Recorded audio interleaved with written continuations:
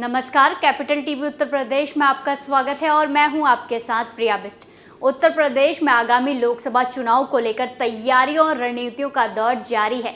जहां एक तरफ मुंबई में विपक्षी गठबंधन इंडिया की बैठक होने वाली है, तो वहीं इस बैठक से पहले ही यूपी के राजनीतिक दलों के बीच सीट शेयरिंग को लेकर चर्चा शुरू हो गई है। दावा किया जा रहा है कि राष्ट्र लोकदल यानी कि आरएलडी 12 सीटों पर दावा ठोक सकती है, जिस दावे से इंडिया गठबंधन की मुश्किलें बढ़ सकती हैं। देखिए रिपोर्ट।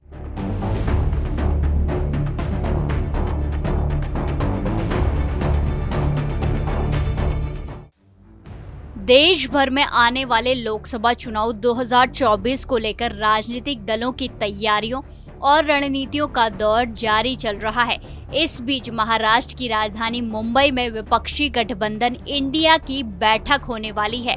वहीं इस बैठक से पहले ही यूपी के राजनीतिक दलों के बीच सीट शेयरिंग को लेकर चर्चा शुरू हो गई है।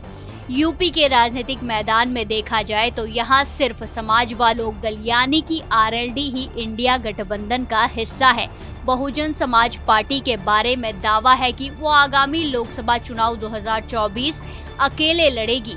इंडिया गठबंधन में यूपी से दो दलों की मौजूदगी के बीच दावा है कि राष्ट्र लोकदल 12 सीटों पर दावा जता सकता है।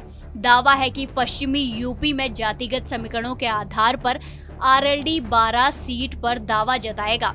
हालांकि अभी तक समाजवादी पार्टी और कांग्रेस इस मामले में बिल्कुल चुप हैं। वहीं आरएलडी भी अभियानों का मानना है कि सपा और आरएलडी आगामी राजस्थान और मध्य प्रदेश चुनाव में कांग्रेस की सहयोगी पार्टियों के साथ सीट बंटवारे की रणनीति के आधार पर आगे के पत्ते खोलेंगे। अब बात करते हैं वो 12 सीटें कौन सी हैं जिस पर आरएलडी दावा ठोक सकती है। यूपी की 80 लोकसभा सीटों में से 9 बसपा, 3 सपा और 1 सीट कांग्रेस के पास है। वहीं 111 विधायकों के दम पर गठबंधन में सपा खुद को सबसे आगे लेकर चल रही है। वहीं आरएलडी का मानना है कि पश्चिमी यूपी उसका नगर, मेरठ, बुलंदशहर, अलीगढ़, अमरोहा, फतेहपुर सीकरी, बागपत और हाथरस पर दावा जता सकती है।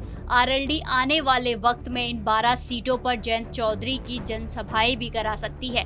सूत्रों की जानकारी, सीट शेयरिंग पर चर्चा शायद ही हो, लेकिन चुनाव के कुछ महीने पहले यानी दिसंबर में एक बैठक हो सकती है जिसमें इस पर आखिरी फैसला हो सकता है।